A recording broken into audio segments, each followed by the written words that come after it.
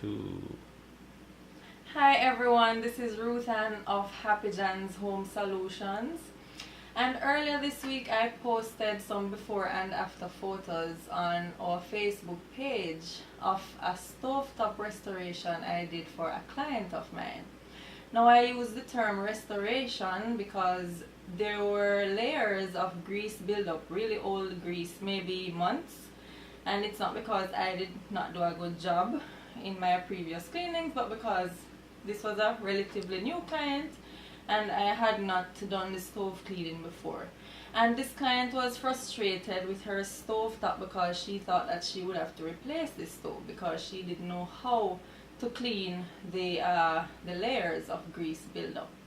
So I had a question underneath one of these photos, and the question, and I will paraphrase it, went something like, oh my, I have cleaned, numbers of stoves in my life, but how did you get it so clean and sparkling? And if you go and look, you will see the exact question, but that's pretty much what the gist of the question was. So anyway, instead of just telling you what I did, I decided that I would show you what I did and the products that I used. And anybody can do this at home. The products are very easy to come by, very accessible. Anyway, I'm in my kitchen and the stovetop is not as bad, in such a bad condition as the stove I had cleaned that day, because the grease is not as old, but I have been letting the mess that comes from cooking accumulate for a number of days so that we can have a mess to work with. So anyway, the first thing I'm going to do with this stovetop, and the messes that you see are mostly from things boiling over, like some yam and dumpling and stuff boiling over, and also mostly what you're seeing are splatters of fish oil, like oil from frying fish. Yes, so they're not really the easiest of stains, so at least it will give us some leverage to work with. So the first thing I'm going to do is remove the grates, the burner grates from the stove, and I like to just rest them in the sink while I clean the rest of the stove. And I like to run some warm water over them, and you see I'm squeezing some soapy dishwashing liquid over them. So that's what I do. And the first product I'm going to spray onto the stove is a grease cleaner, a kitchen grease cleaner. And I am not paid to advertise the Scrubbing Bubbles grease cleaner. This is just the grease cleaner I have on hand. Any heavy duty kitchen grease cleaner could work. There are several brands. There's one by Simple Green, one by Citrus Safe.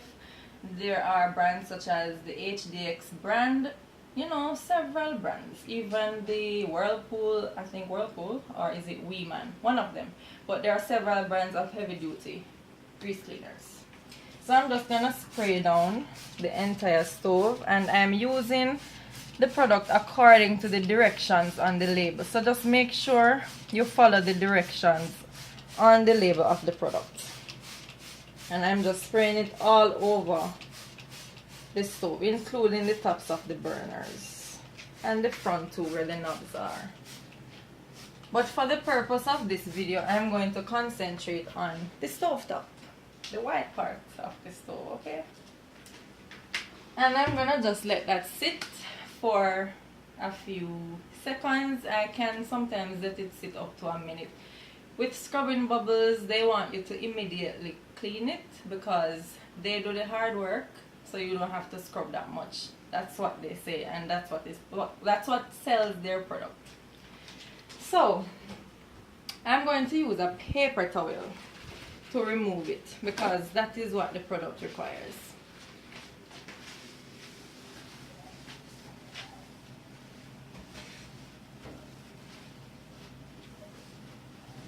So yes, just using my paper towel here, and I'm flipping around the paper towel so that it does not waste.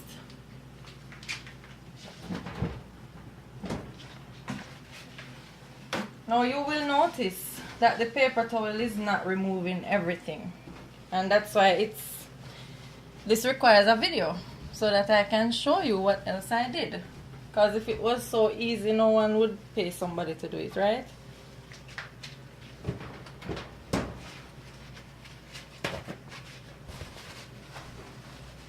So I'm just making sure to pick up all the crud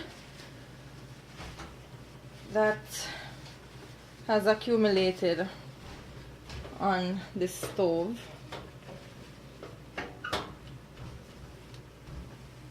Now this is not a new stove, okay? I don't live in a big rich house, fancy house. So there were previous residents of this apartment. So you will notice some older scratches on the surface of the stove. Now I'm going to use a warm sponge, the same sponge I was using.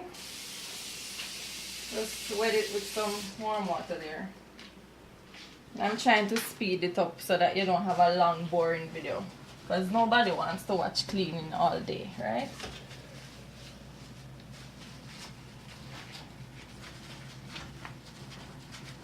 And the reason I'm doing this is to just pick up all the remaining grease cleaner, because since this is a food contact surface, you want to make sure that you can eat your food off it. So after using the grease cleaner, you want to, you know, wipe it down.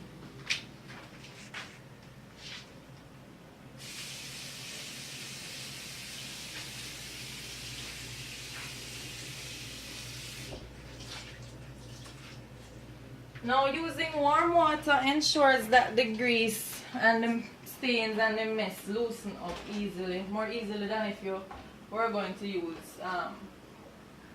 cold water, for instance, or tap water. So I'm just using a microfiber cloth, and the reason I like using microfiber cloths for cleaning, they're more what do you call that word? They hold more, they pick up better. There's a word for it that I use every day, but because I'm on video now, I'm a little nervous.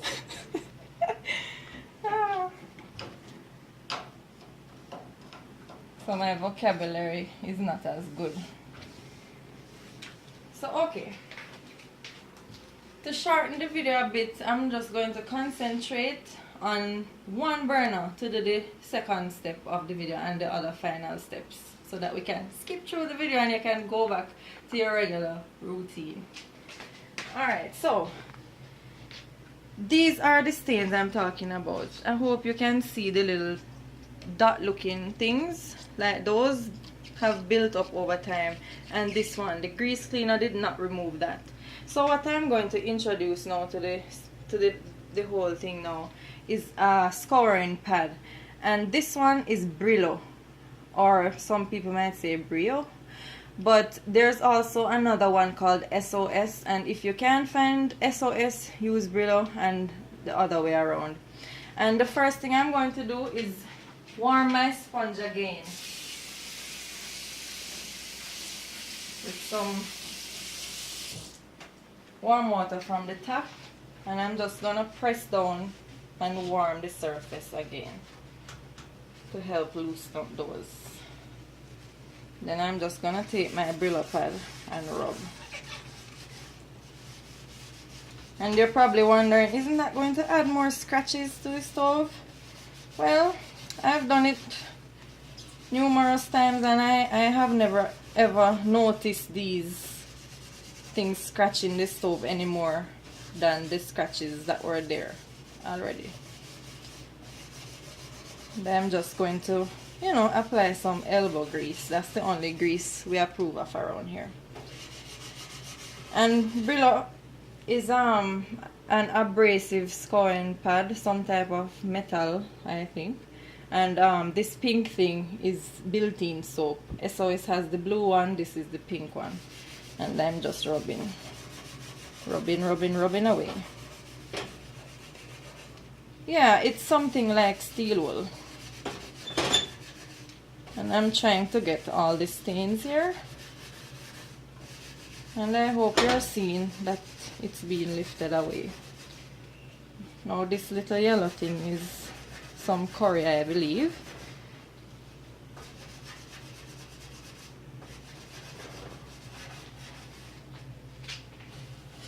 And it's coming out.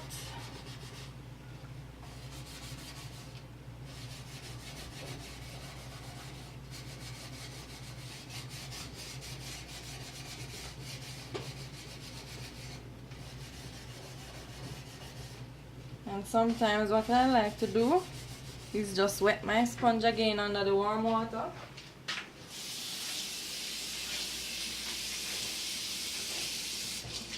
And just go back over the surface that I'm working on.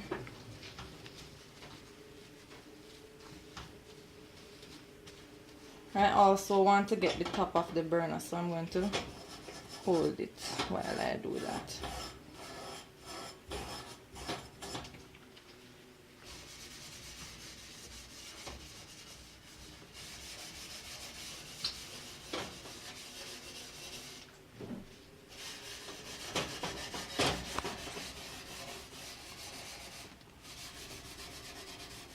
Now when the stovetop is acceptably clean, which I think it looks great right now in my opinion, then I'm just going to wipe it, do a last wipe with the microfiber cloth.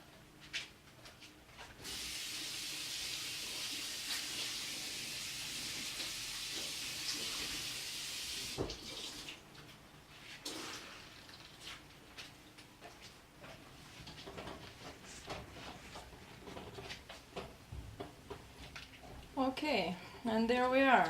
I can proceed to doing the same steps on the other burners, which I won't bring you through since you already know what to do. So anyway, thank you for watching my first video blog, and I trust that you will do this in your kitchen so that you can have a clean and pretty, beautiful stove. So it's not just for the cleaning but also for the looks, you know. So next time I will show you how to scour that sink of yours, because the sink can have some really gruesome buildup, and I would really like to show you what I do to ensure a clean, sparkling and bright kitchen sink. Bye!